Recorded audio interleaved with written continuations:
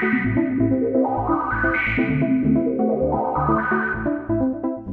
Gearspace. I'm Marcus Ryle, and I'm happy to be joining you here at Superbooth at the Oberheim booth. This is the first real Oberheim polyphonic synthesizer since the 80s. And it really has taken that number of decades to be able to make something like this come true. The OB-X8 takes a 100% analog synthesizer path and puts all of the capabilities of the original OB series from the 80s, 79 through 83, into one instrument. So the OB-X, the OB-X8, the OB-8, and even the OB-SX are all built into this one instrument. And there's a separate bank of all the original factory presets for all of those instruments. But what's really great is we've made it so you can mix and match any of the features of those synthesizers in this one synth. So you can create sounds that weren't possible before. If you like the SEM-based filter from the OB-X and you want to combine it with some delayed modulation from the OB-8 and you want that with the OB-X8's filter envelope, you basically select what you want and create the sound that you want. And on top of that, there's some important modern features we didn't have back in the day, like velocity sensitivity and aftertouch, and of course MIDI and USB and so on. So it's really the best of all of the above. You get all of the classic, iconic Oberheim sounds, plus the capabilities you'd want in a modern synth, all in a reliable, modern package. I feel very fortunate to be involved in this project. Tom Oberheim gave me my first job. When I was 19 years old, I started at Oberheim Electronics in 1980 and got to work on the OB-X8 and OB-8 and Expander and Matrix 12 and DSX and DMX. It was a fantastic time from 80 through 85. And sadly, in 1985, Tom lost his company. And the Oberheim brand has been owned by others ever since. So although Tom has continued to be active and came out with some amazing reissues of the SEM, he's never been able to use the official Oberheim brand name and iconic logo. And so over a long period of time, we were able to convince some of the people who own the Oberheim brands worldwide to return them to Tom, and that was completed last year. And Tom now is 85 years old, still extremely passionate about synthesizers, but it's not typically the time in your life you go and start a new company. So we were able to create the perfect marriage through an exclusive partnership with Sequential. Dave Smith was a key component in the development of this product, and he and Tom worked together on the OB-6 several years ago. So that was really the start of this type of collaboration. So now to be able to work with the Sequential team to bring this to the market with Tom's vision, and I feel fortunate to have had an opportunity to participate in its design as well. And we're all just really proud to have a real Oberheim available on the market once more. The front panel design is very much based on the original OB-X. Some consider that to be really the pinnacle of the Oberheim sound. The primary controls are just like you'd find on an OB-X with a few subtle but important additions. And the idea is to make it so all of these can be performance controls. So you have obviously the LFO modulation section, your two oscillators, the discrete analog oscillators, your filter section, where we've added a filter type button that let you select between the SEM-based filter from the OB-X or the Curtis-based 3320 chip for the 2-pole and 4-pole of the XA and OB-8. And then, of course, dedicated filter envelope and volume envelope. But all of the deeper functions, beginning with the OB-8, there was a page 2 feature where all the controls had a secondary function. That was, back then, we couldn't afford to put a display on a synth, so that was the only way we could expand the capabilities. Here we've kept all the page 2 functions, and if you happen to be one of those advanced users that remembers where they are on the panel, you can do that. But we've made it much easier by having a page 2 button that utilizes the display, and now we can simply scroll through all of the page 2 functions and adjust with this encoder. So if I want to change, do I want the LFO to be the OB-X8 analog type LFO or the OB-8? New features like that are all accessed on page 2, along with all the original page 2 features, like being able to control your modulation, delay, and attack time, and so on. So there's a ton of capabilities added there on page 2, in addition to the new features and capabilities.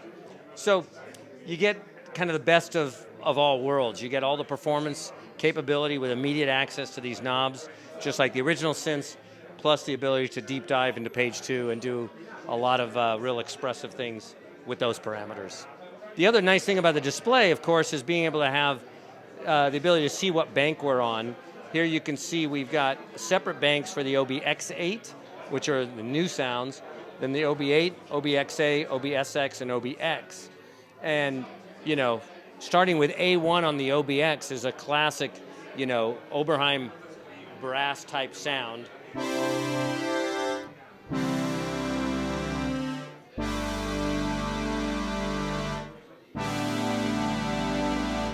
It's the classic SEM 2-pole resonant filter.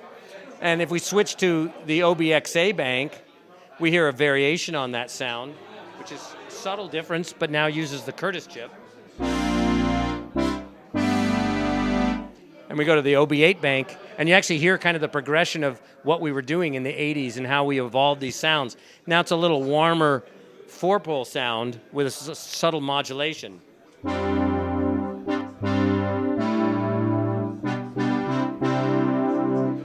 So that's just a few examples of why these different banks are important to have. These are actually the presets from the original factory cassettes. We've actually took each and every bit of that data and we're able to put that into the OB-X8.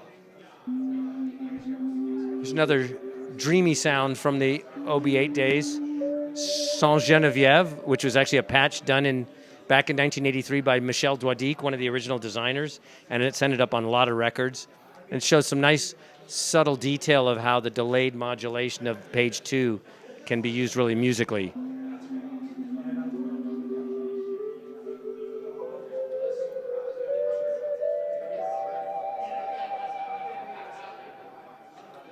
Then here's some classic, Oberheim string sounds.